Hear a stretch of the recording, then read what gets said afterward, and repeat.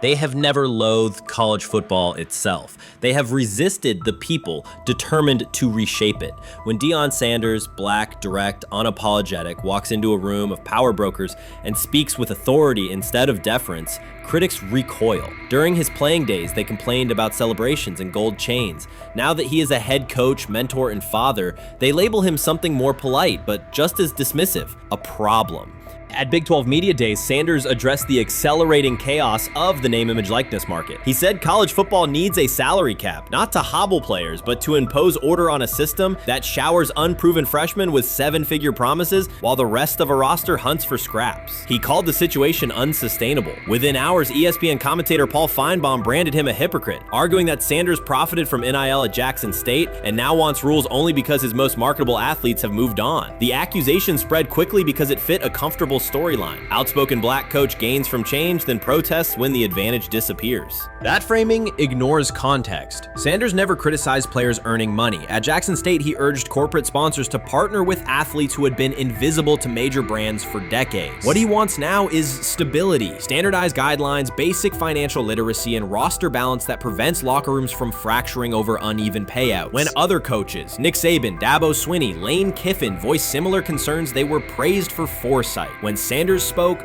the tone shifted to suspicion. The difference is not the message, it is the messenger. Finebaum's response followed a familiar script. When black leaders question the structure of the sport, their motives are interrogated, their credibility attacked, and their competence doubted. He did not level the same charge at Jimbo Fisher when Fisher complained that NIL disturbed recruiting. He stayed silent when Kiffin lamented the transfer portal. But Sanders, who raised enrollment and television ratings at Jackson State, brought unprecedented attention to Colorado in one season and consistently mentors players beyond football, was called opportunistic. Finebaum dismissed the cultural impact Sanders created, the exposure for historically black colleges, the draft pick developed, the infrastructure improved, reducing his work to a marketing stunt dependent on star sons Shedeur and Shiloh or two-way standout Travis Hunter. Sanders did not retaliate. He returned to practice, media obligations, and recruiting. His confidence is rooted in faith and in the responsibility he feels toward young athletes whose lives will extend decades beyond their highlight clips. When he asks for NIL boundaries, he is thinking about freshmen handed large sums without guidance, families unprepared for sudden wealth, and programs that abandon kids once production stalls. He has watched that cycle from the inside. He wants protections, not restrictions. Critics predicted Colorado would fade once Shadur and Hunter leave. Instead, Sanders signed blue-chip quarterback G.J. Lewis and a wave of transfers eager to join a program that values personal growth as much as on-field wins. Recruits see a coach who challenges the status quo, who places black culture at the program's center without apology, and who will remain visible when social media buzz cools. They recognize that Sanders does not chase attention. Attention follows his results. Media outlets reduced the upcoming Buffaloes season to a win total prop. 6 victories, give or take. Sanders is playing a longer game. He wants to show young athletes, especially black athletes, that they can lead authentically, speak with conviction, and refuse to shrink for access. Success measured only by the scoreboard misses the point. If Sanders builds men who graduate with financial literacy, self-confidence, and community awareness, he will consider the mission successful, even if Colorado finishes with 5 wins instead of 10.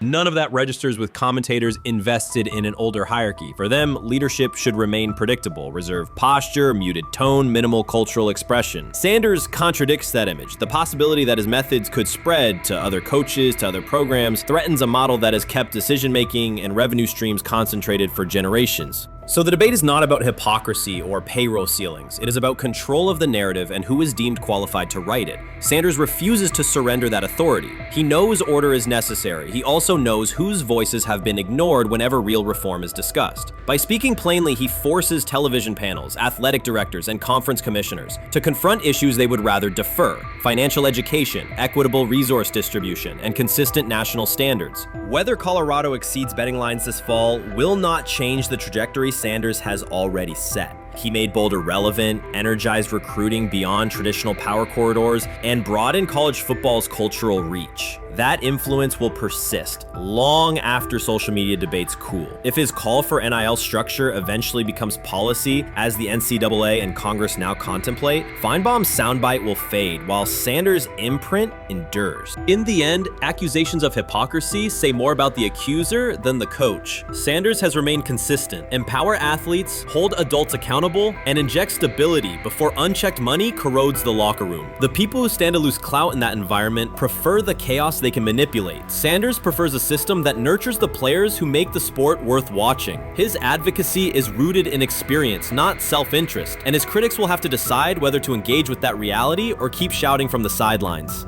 Urban Meyer's roster history underscores the absurdity. Meyer coached Aaron Hernandez, whose off-field crimes are well documented, along with other players entangled in assaults, academic misconduct, and more. Yet Finebaum singled out Newton, a national champion, Heisman Trophy winner, and NFL MVP, as the worst. This selective condemnation is not new. When Deion Sanders recently suggested implementing an NIL salary cap to restore competitive balance, Finebaum dismissed the proposal and called Sanders a hypocrite rather than engage with the substance. The pattern repeats. Finebaum routinely targets Cam Newton, Deion Sanders, Jameis Winston, Lamar Jackson, outspoken black athletes and coaches, while extending grace to figures such as Nick Saban, Kirby Smart, Dabo Swinney, or Tim Tebow under similar circumstances. Newton is no longer content to remain silent while others distort his story. In response, he laid out an accurate chronology, highlighting facts the commentary networks rarely repeat. One long-standing myth is that Newton was expelled from the University of Florida. He was not.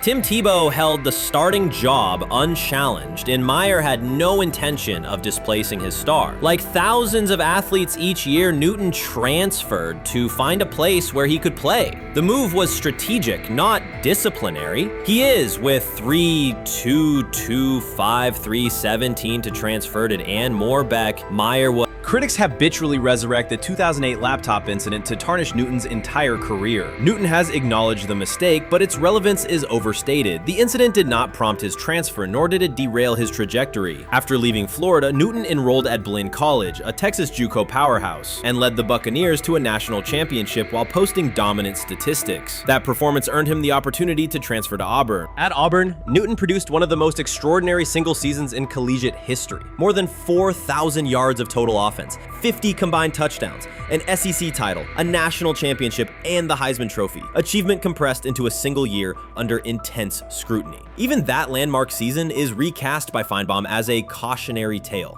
He claims Newton ignored head coach Gene Chizik by diving for a goal line touchdown when told to kneel, jeopardizing the game. In reality, Newton explained that the decision was a collective adjustment made in the huddle after reading the defense, while Auburn still held timeouts. The Tigers maintained control and secured the championship. Portraying that moment as reckless serves to recast Newton's success as selfishness rather than leadership. Finebaum's approach to Sanders reflects the same dynamic. When Sanders urged a structured NIL ceiling to protect athletes and stabilize rosters, Finebaum immediately labeled him hypocritical. Yet when Saban or Swinney voice identical concerns, Finebaum frames them as thoughtful guardians of the sport. The inconsistency reveals that the determining factor is not the argument but the identity of the speaker. Unapologetic black leaders who control their narratives, challenge entrenched hierarchies, and Finebaum's commentary often functions as a check on that influence. Newton countered Finebaum's latest attack with a concise statement. "You're lying, Paul. Please stop." Behind those words lay a broader indictment of the media machinery that weaponizes half-truths. By calling Newton the worst player Meyer coached, Finebaum was seeding doubt among fans, front office evaluators, and future historians. Newton, now an established media presence and entrepreneur, no longer depends on traditional outlets to correct the record. He reminded audiences of three essential truths. He departed Florida on his own terms, he led Auburn with support from coaches and teammates, and he captured every major accolade available in college and professional football without conforming to prescribed expectations. An unspoken rule lingers in American sports discourse. Black athletes may excel, but must do so quietly, gratefully, and without highlighting systemic inequities. Newton broke that expectation early by celebrating with unreserved joy, answering questions candidly, and refusing to minimize his personality. For some commentators, that confidence is reinterpreted as arrogance. Finebaum's repeated attempts to undermine Newton follow a familiar script of policing behavior rather than analyzing performance. Yet, legacy rests not in a pundit soundbite, but in tangible achievements and public memory. Newton's resume, Heisman winner, national champion, NFL MVP, speaks for itself. Millions of fans witnessed his impact on Saturdays and Sundays. Countless young quarterbacks saw someone who looks like them redefine the position's possibilities. The same is true for Sanders, whose player-first coaching philosophy and media savvy continue to influence college football's direction. Finebaum's commentary cannot erase these realities. Newton, Sanders, Winston, Jackson, and others have already secured their places in football history. By publicly confronting misinformation, Newton set a precedent for athletes who now possess the platforms and technology to present their stories unfiltered. The microphone no longer belongs exclusively to legacy broadcasters. Newton holds it now, and he intends to keep it. A decisive shift that reduces the gatekeeper's influence and ensures that accomplishments are judged on merit rather than narrative manipulation. Many observers declared Deion Sanders was finished. They argued that his public style attracted unnecessary attention, that his health had deteriorated too far, and that his coaching career was approaching an abrupt conclusion. They misread his resolve. When speculation intensified, Sanders did not schedule a press conference or issue a formal statement. Instead, he released a short video recorded at his Texas home, walking alongside recording artist Lil Wayne. The footage established two facts. Although Sanders still walks with a limp, he remains active, and he intends to return to the sideline. Reports from USA Today and ESPN confirm that Sanders had temporarily left Colorado to recover from a significant, undisclosed medical condition. He lost 14 pounds and missed several summer practices, leading to widespread debate about his future. Unofficial sources suggested complications related to previous blood clot issues, but no official diagnosis was provided. Throughout Sanders' absence, numerous media outlets framed his situation in crisis language, frequently questioning whether he would coach again. By comparison, when coaches such as Lincoln Riley paused their duties for health or family reasons, coverage emphasized understanding and patience, an imbalance that reflects a common difference in how high-profile black coaches are treated. Sanders' silence was not a retreat, it was a period of recovery. During rehabilitation, he relied on family, faith, and trusted colleagues, yet stayed connected to his program through brief online updates. The video with Lil Wayne demonstrated that he retained strong support from influential friends, countering narratives that portrayed him as isolated or on the verge of retirement. The visual evidence showed that his setback is temporary, and that he remains determined to lead Colorado into the forthcoming season. Since accepting the Colorado position, Sanders has dramatically elevated the program's national standing. He first drew national attention to Jackson State and the broader HBCU football landscape, then moved to Boulder and transformed a one-win team into a central storyline in college athletics. His approach, combining hip-hop culture, direct communication, and open expressions of faith, has challenged conventional expectations for head coach behavior. Each step forward has been met with heightened scrutiny. His time at Jackson State was labeled a publicity stunt, his departure for Colorado was framed as abandoning HBCU culture, and his social media presence has been cast as distraction from traditional coaching responsibility. Critics often magnify Sanders' missteps and question his motives, while comparable actions by other coaches receive neutral or sympathetic coverage. Showings of enthusiasm from Brett Favre and disciplinary intensity from Nick Saban are celebrated as competitive passion, yet Sanders' displays of confidence are frequently labeled arrogance. The discrepancy illustrates deeper biases rather than differences in performance. Sanders' success challenges entrenched expectations of how a college football leader should look, speak, and act, especially a black coach who refuses to downplay his identity.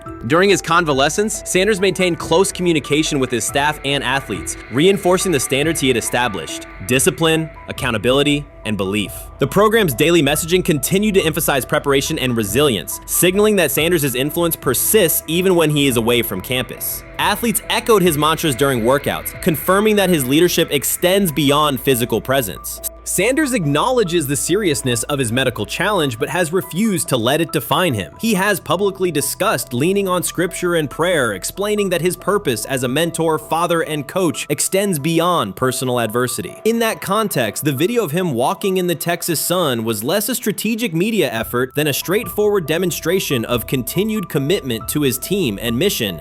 Colorado still requires Sanders' vision, Prior to his arrival, attendance was low, national media attention was minimal, and recruiting momentum had stalled. Sanders' leadership brought renewed energy, authentic identity, and higher standards of accountability. Players who previously lacked representation in college football leadership found a coach who shares, affirms, and elevates their cultural background. Sanders supplements conventional coaching priorities, scheme, fundamentals, and execution with empowerment initiatives that cultivate self-confidence and authenticity. As preseason camp approaches, Sanders intends to resume full involvement, even if medical recovery remains ongoing. His presence is expected to restore on-site leadership, stabilize the locker room, and direct media coverage toward on-field progress. For Sanders, the objective extends beyond compiling wins and includes completing a cultural transformation that expands how success and leadership are defined in modern college football. Those who predict his decline overlook the underlying traits, faith, perseverance, and purpose that have supported Sanders throughout his career.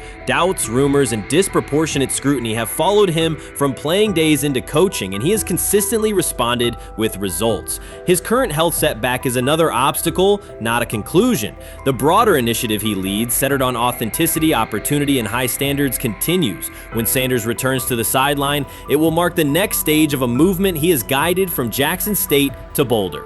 The recent period of quiet has been strategic rather than passive. Instead of defending himself in daily briefings, Sanders focused on rehabilitation, remote program oversight, and family support. Each brief social media message reinforced a consistent theme: faith and preparation. He has articulated gratitude for medical professionals and has reiterated that his mission at Colorado is unfinished. His public references to scripture have been direct but measured, aligning with his long-standing practice of integrating faith into leadership.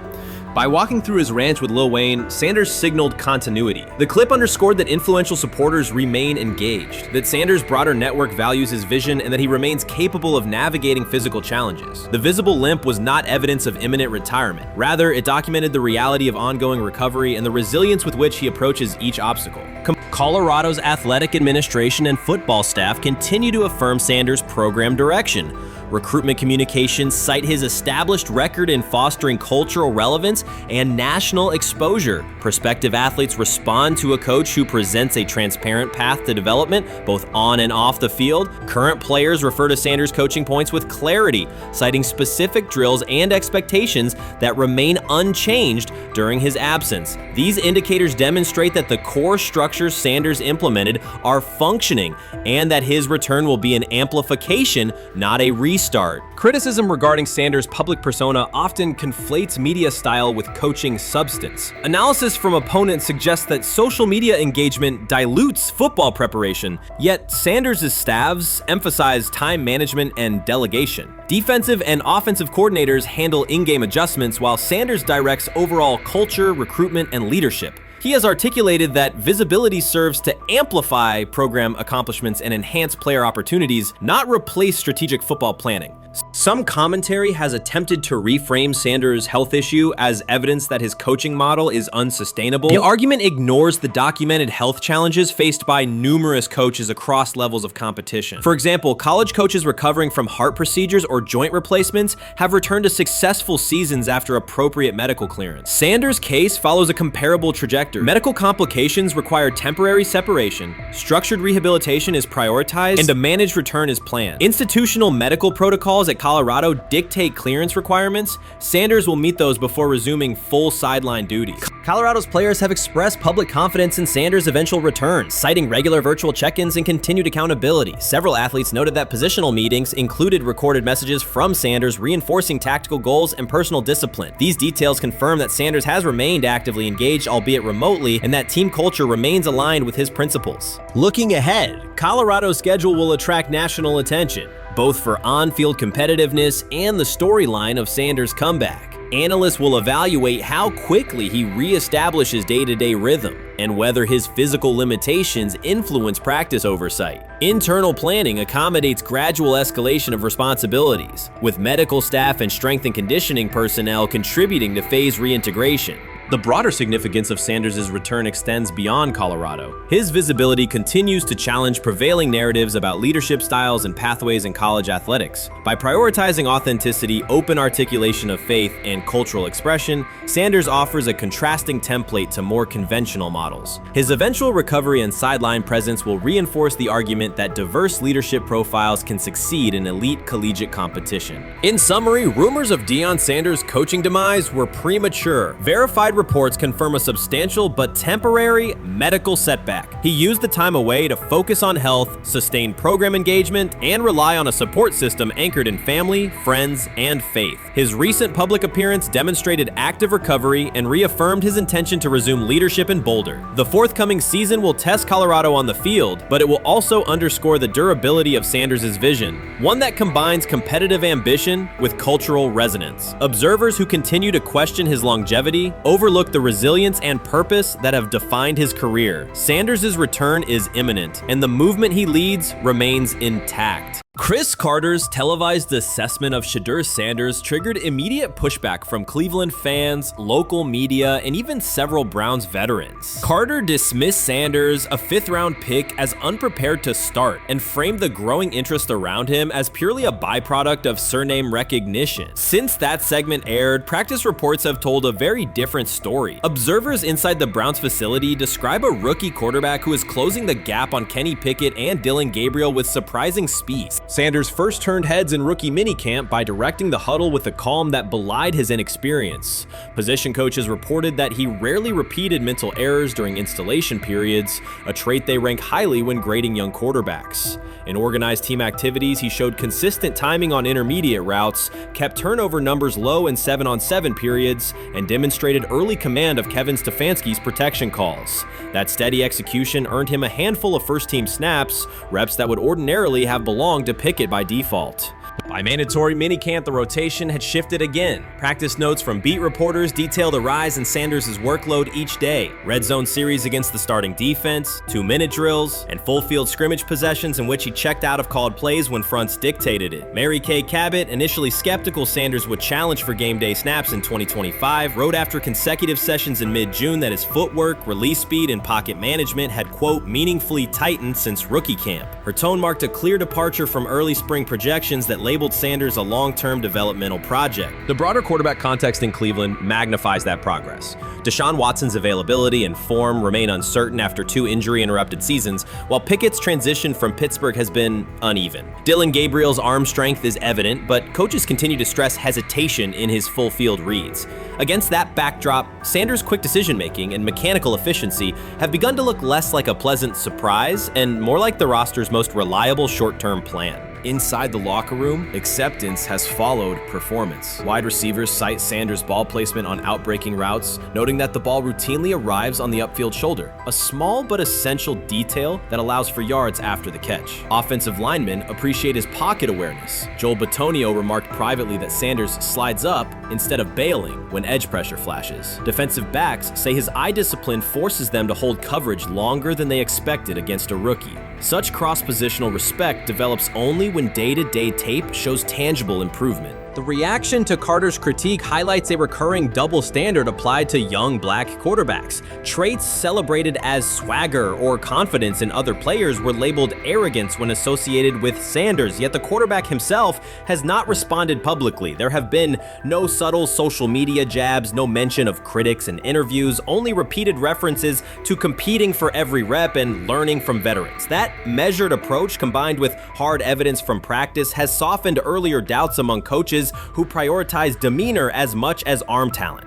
Within the coaching staff, the discussion now centers on readiness thresholds. Stefanski's scheme relies heavily on quick rhythm throws, defined reads, and disciplined pocket movement. Those requirements align with Sanders' strengths: a compact release, willingness to target the middle of the field, and instinctive timing on RPO concepts carried over from his college tape. Staffers reviewing cut-ups from joint practices note that his internal clock already approximates NFL speed, a metric they did not expect to see until mid-season at best. If that trajectory continues, continues through preseason games, the Browns face a consequential decision. Starting a 5th-round rookie 6 weeks after training camp opens would unsettle salary cap assumptions, depth chart politics, and external perceptions of organizational stability. Yet the internal mandate remains clear: the most prepared quarterback will play. That standard places Sanders in genuine contention because every practice metric used to grade readiness, turnover ratio, red zone efficiency, third down conversion rate has trended in his favor since early June. The organizational stakes are considerable. Cleveland has cycled through starting quarterbacks at a startling pace over the past decade, shifting from first-round investments like Baker Mayfield to high-cost gambles such as Watson, each move packaged as the long-awaited solution. A rookie chosen outside the first 100 picks ascending to the top of the depth chart would challenge long-held league assumptions about draft pedigree and opportunity. It would also validate the evaluation philosophy that prioritized Sanders' intangibles: processing speed, leadership presence, over conventional arm strength thresholds that pushed him down the draft board. Carter's televised remarks now sit awkwardly alongside daily updates from Berea. His critique relied on pre-draft labels and the presumption that a late-round passer with a famous father would need a redshirt year. Practice film contradicts that stance. Sanders checks protections at the line, manipulates safeties with shoulder fakes, and has reduced turnover-worthy throws and full-speed sessions to single digits. Statistics normally cited for veteran backups, not rookies. The longer that evidence accumulates, the more Carter's comments appear rooted in legacy bias rather than objective performance review. None of this guarantees Sanders will open the season on their center. Preseason defenses test quarterbacks in ways practice cannot. Defensive coordinators will disguise pressure and boundary rotation to force late decisions. Sanders must show he can adjust protections and exploit mismatches without the benefit of a controlled environment. Yet within the Browns facility, the conversation has shifted from if he will be ready to when. Quiet confidence from Amari Cooper and other veterans suggests they believe Sanders can steady an offense searching for consistency more than highlight reel heroics. Sanders' rise also affects long-term roster calculus. If he earns the job and performs competently, Cleveland gains starter-level production on a cost-controlled rookie contract, freeing cap space allocated to other positions. That scenario could reshape roster-building strategy in a division featuring Joe Burrow and Lamar Jackson, quarterbacks whose contracts consume significant percentages of team payroll. A capable, low-cost starter would allow the Browns to reinforce their offensive line and secondary while retaining core veterans, a competitive advantage few teams enjoy.